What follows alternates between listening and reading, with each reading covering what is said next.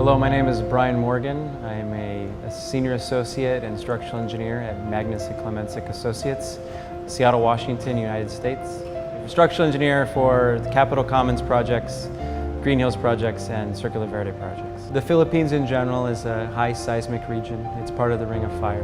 In addition, it's very active from typhoons and high winds. The West Valley Fault runs through Metro Manila, and it is seismically active. But in addition to that, there's many other earthquake hazards that are nearby. There's the subduction zone further out in the ocean.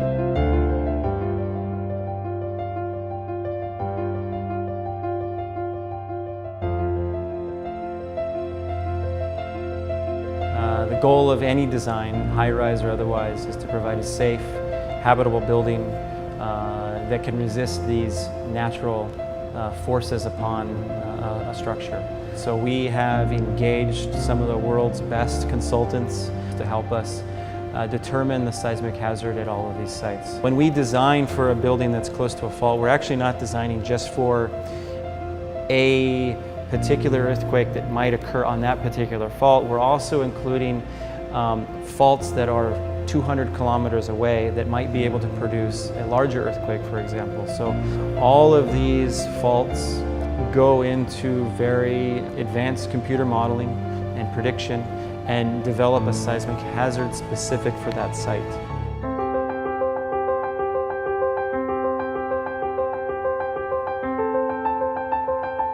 Yeah, so the Royalton at Capitol Commons, the buildings are constructed of reinforced concrete construction. The lateral system of the building is a central ductile concrete core, the spine of the building, and extends all the way down to a reinforced concrete mat foundation that is socketed into the rock. As the earthquake were to come to the site and move, you would anticipate this building would sway and move and deform, absorb that energy. And the ultimate goal is we do not want these buildings to be collapsing under these earthquakes. We want them to be able to resist these earthquakes in a predictable manner and maintain stability for the residents inside.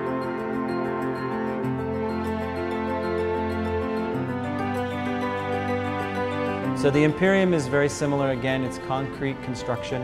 It is a more slender building than its counterpart, the Royalton. It uses a similar concrete core system, but it also utilizes an outrigger system to give it greater stability. What you'd anticipate in this building is that, again, its stiffness and strength are adequate for moderate and large wind forces.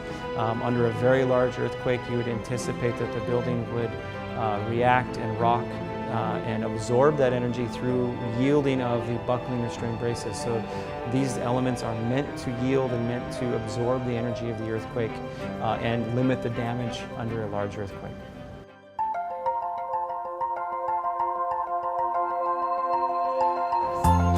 So Maven, again, is reinforced concrete construction. The two towers, one of them is approximately 200 meters tall, the other is 130 meters tall. The buildings will use this shear wall, core wall system as its spine, its stiffness. When lateral loads from wind or seismic hit the building, the core resists these forces.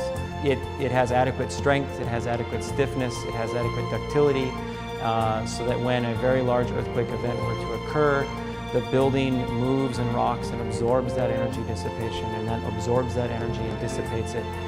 Rather than crumbling and failing, it absorbs it through movement, and the goal is to have a building that's safe and standing at the end of a very large earthquake.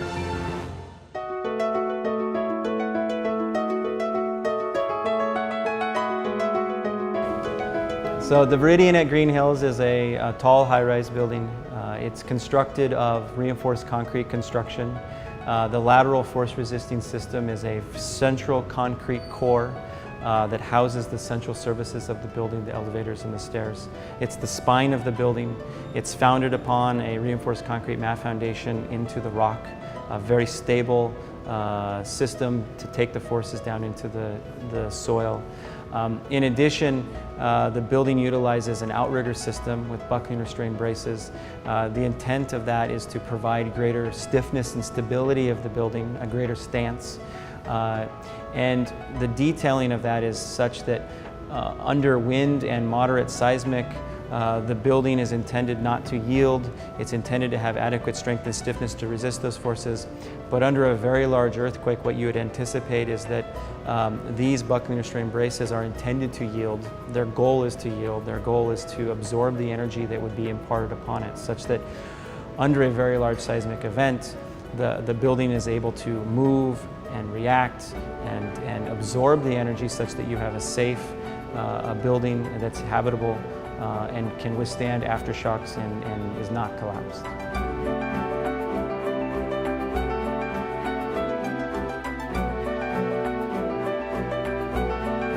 So Avila at Circular Verde is a reinforced concrete structure. It's 2 towers that are interconnected. They're not intended to be standalone buildings. They're intended to work with each other. They're connected at the 28th and 30th floors such that under lateral loads, the 2 buildings will act as one. They will share the load and they will resist the forces. So under wind and seismic load, the building, you would anticipate it that it will react and move and sway under those demands. The goal of which is to have a safe, habitable structure after an earthquake event.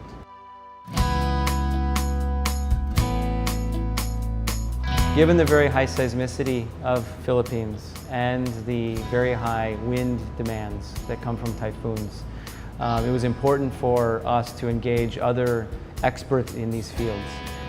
So we reached out to an international consultant, Rollo, to help us with the geotechnical aspects of all of the sites. It was important to help us define the seismic hazards specific to each site such that we could design the building uniquely for that site and appropriately for that site. In addition, we engaged a wind tunnel consultant, RWDI, out of Canada, to help us find the wind loading specific to each site. Not only specific to each site, but specific to how the buildings will interact with each other. A building standing alone, it behaves differently than a building amongst a forest of other buildings. And so with these consultants, other international consultants on our side, as the structural engineer, we were able to get very specific and unique demands and loads for each site, both from a seismic and wind perspective, and design the building safely to meet those demands.